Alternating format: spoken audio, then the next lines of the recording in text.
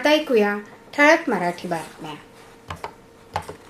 आकाशवाणी नागपूर. हेमांगी कुलकर्णी आपल्याला ठळक बातम्या देत आहे.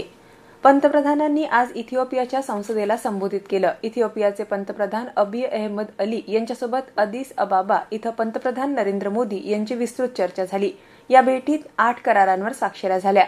जागतिक पातळीवरील दूरदर्शी नेतृत्व आणि भारत इथिओपिया भागीदारी बळकट करण्यामध्ये लक्षणीय योगदान दिल्याबद्दल मोदी यांना काल द ग्रेट ऑनर निशान ऑफ इथिओपिया सन्मानानं गौरवण्यात आलं.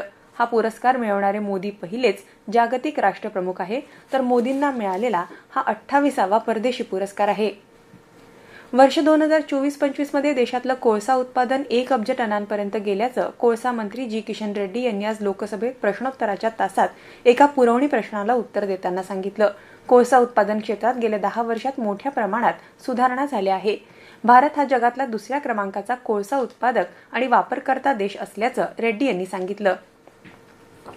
आगामी महानगरपालिका निवडणुकीच्या पार्श्वभूमीवर राष्ट्रवादी काँग्रेस शरदचंद्र पवार गट यांच्याकडून इच्छुक उमेदवारांच्या मुलाखती येत्या शनिवारी दुपारी 2 वाजता आयोजित करण्यात आल्या. या मुलाखती माजी गृहमंत्री अनिल देशमुख, माजी मंत्री रमेश बंग आणि शहराध्यक्ष दुनेश्वर पेठे यांच्या उपस्थितीत नागपुरातील गणेश पेठ इथल्या पक्ष कार्यालयात होणार आहे. इच्छुक उमेदवारांची क्षमता, जनसंपर्क आणि पक्षनिष्ठेच्या आधारे निवड प्रक्रिया राबवण्यात येणार असल्याची माहिती दुनेश्वर पेठे यांनी दिली आहे. राष्ट्रसंत तुकडोजी महाराज नागपूर विद्यापीठाच्या पदव्युत्तर इंग्रजी विभागात नुकतंच 1 दिवसीय शैक्षणिक लेखन परिसंवादाचं आयोजन करण्यात आलं.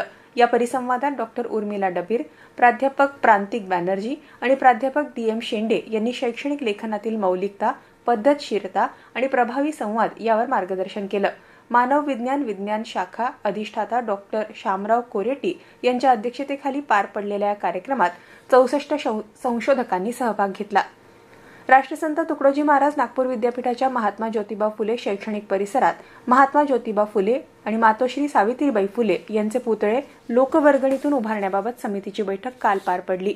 कुलगुरू डॉ. मनाली क्षीरसागर यांच्या मार्गदर्शनाखाली झालेल्या या बैठकीत प्रस्तावाच्या अंमलबजावणीचा आढावा घेण्यात आला.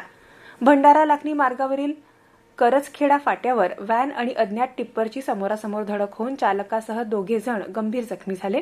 अपघातात डाळिंब आणि संत्र्यांनी भरलेला व्हॅन चेंदामेंदा झाला असून जखमींना कारधा पोलिसांनी तात्काळ रुग्णालयात दाखल केलं.